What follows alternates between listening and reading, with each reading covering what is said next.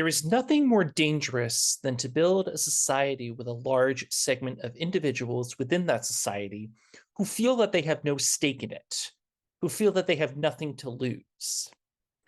These are the people who will riot. These are the people who will turn their ears from pleas for nonviolence. For the health of our nation, these problems must be solved.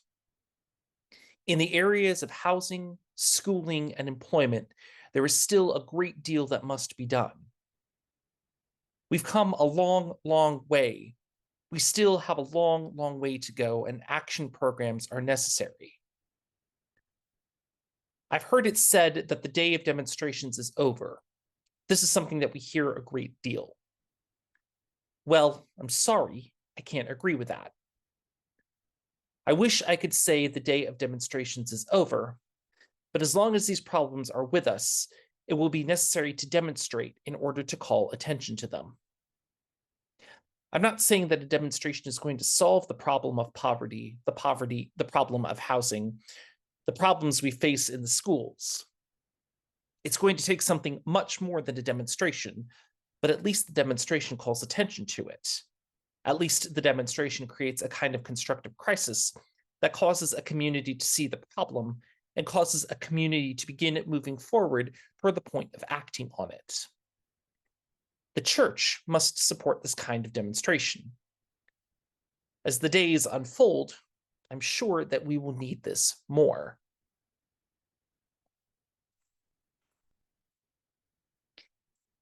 If you have ever visited another UU congregation, and it was not made immediately apparent to the greater congregation that you were a fellow UU, it is likely that you probably received one of the ubiquitous rainbow bookmarks displaying our 7, or 8, depending on the congregation, principles. We UUs are very proud of our principles. Next to the flaming chalice, it is the one thing that most people from other denominations know about us. It has become such a point of pride that it is one of the many things that prospective ministerial candidates are required to memorize and know by heart. But how many of you know the 6 sources of our living tradition from memory? Anyone? Anyone? Bueller? Bueller? For those who are curious, or like me, and it will bother and eat away at them until they pull out their phones and look it up, they are direct experience of that transcending mystery and wonder, affirmed in all cultures, which moves us to a renewal of the spirit and an openness to the force which create and uphold life. Words and deeds of prophetic people, which challenge us to confront powers and structures of evil with justice, compassion, and the transforming power of love. Wisdom from the world's religions, which inspire us in our ethical and spiritual life. Jewish and Christian teaching, which call us to respond to God's love by loving our neighbors as ourselves. Humanist teaching, which counsel us to heed the guidance of reason and the results of science, and warn us against idolatries of the mind and spirit. And spiritual teaching of earth-centered traditions, which celebrate the sacred circle of life and instruct us to live in harmony with nature. I've always been fascinated with the second of the sources, words and deeds of prophetic people which challenge us to confront powers and structures of evil with justice, compassion, and the transforming power of love. I've also always been fascinated with the fact that these prophetic people are often referred to by many in UU circles as transcendent, a word that literally comes from the Latin for to climb across, as people who are speaking through the years to the realities of their own time and situation to speak to us in the present day regarding the realities of our current situation.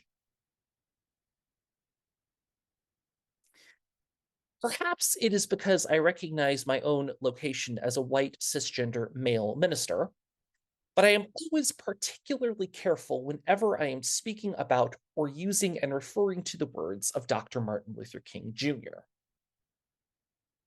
This is because I have seen much of Dr. King's social justice legacy and his tireless works for civil rights and ending racism and segregation reduced to several meme-worthy quotes on social media, most of which are often taken out of context, that stress the need for peace and nonviolence. I am of the strongly held belief that this does not do the great legacy of this prophetic man any justice, and whitewashes over the truly important things that he did have to say and that we need to hear. And I, as a minister, do not want to do anything that will continue to promote and further this misguided notion, however well intentioned, of who Dr. King was. Someone who was so committed to the cause of what he was fighting for that he lost his life as the result of an assassin's bullet deserves to be honored in such a way as to be truly heard and listened to. In delving into what Dr. King truly had to say, I became reacquainted with the text of Don't Sleep Through the Revolution, the speech that he delivered for the Ware Lecture at the 1966 UUA General Assembly in Hollywood, Florida, which the quote at the beginning of the sermon was taken from. The Unitarian Universalist Association had only been in existence for 5 years and was eager to show its support for the cause of racial justice that had been consuming the nation at the time, especially in light of the Civil Rights Act that had just been passed in 1964.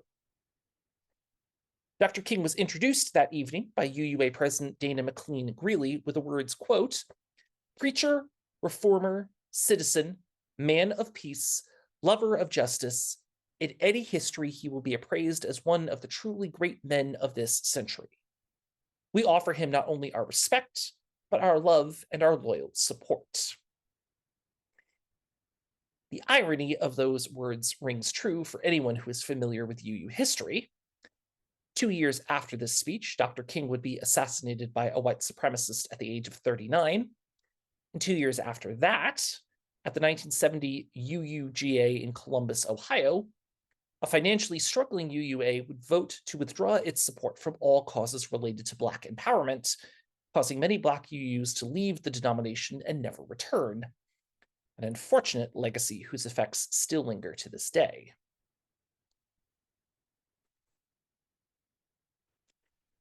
What struck me as I read Dr. King's Ware Lecture is how truly transcendent Dr. King's words are. While it is true that Dr. King was speaking to a particular group of UUs during a particular time in our nation's history, many of the things that he spoke then speak directly to the realities of our society to this day. This is especially true for those living in my community of Stockton, California. We are all too aware of the effects of the disparities in housing, schooling, and employment that continue to affect our neighborhoods and communities, especially the people of color who comprise the majority of Stockton's population. We are aware of the necessity of action programs to combat the poverty, economic deprivation, and social isolation that we see within our city.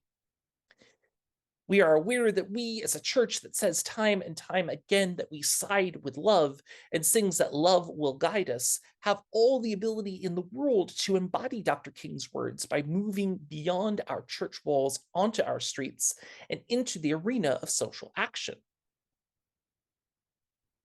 The truth is that in order to truly embody the words and legacy of Dr. King, we need to have them be our mission and vision for social justice in the here and now.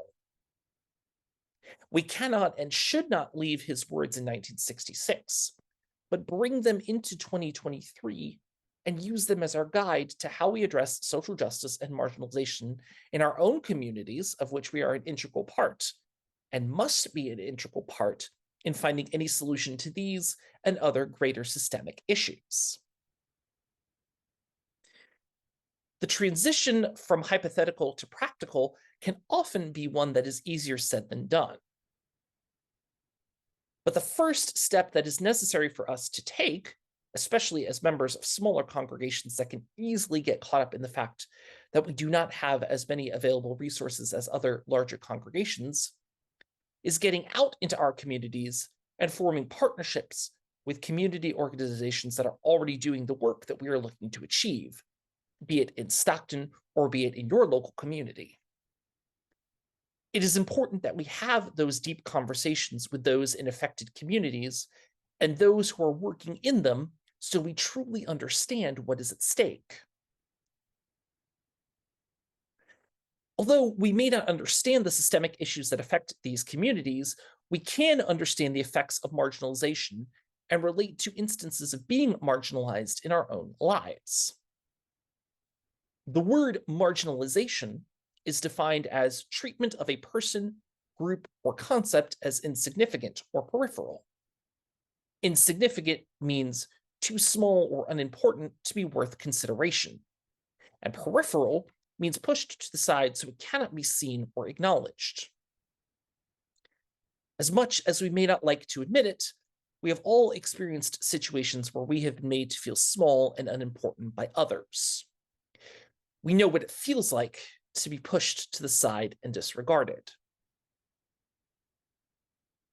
Once we understand and connect with that feeling, we can understand and empathize with how others from communities that are not our own feel. And as people who profess our belief in the inherent worth and dignity of every person, we can use that to form our mission of how we approach social justice and advocacy in ways that can truly begin to make a difference. We can also take this mindset with us as we go to our local polling stations and consider which candidates and ballot initiatives we put our votes behind. We have seen, especially with recent elections in Georgia, how there is power in mobilization at the polls. And this is a power that we can harness regardless of whatever sized congregation or community that we may come from. I always keep going back to the quote from Maya Angelou. My mission in life is not just to survive, but to thrive.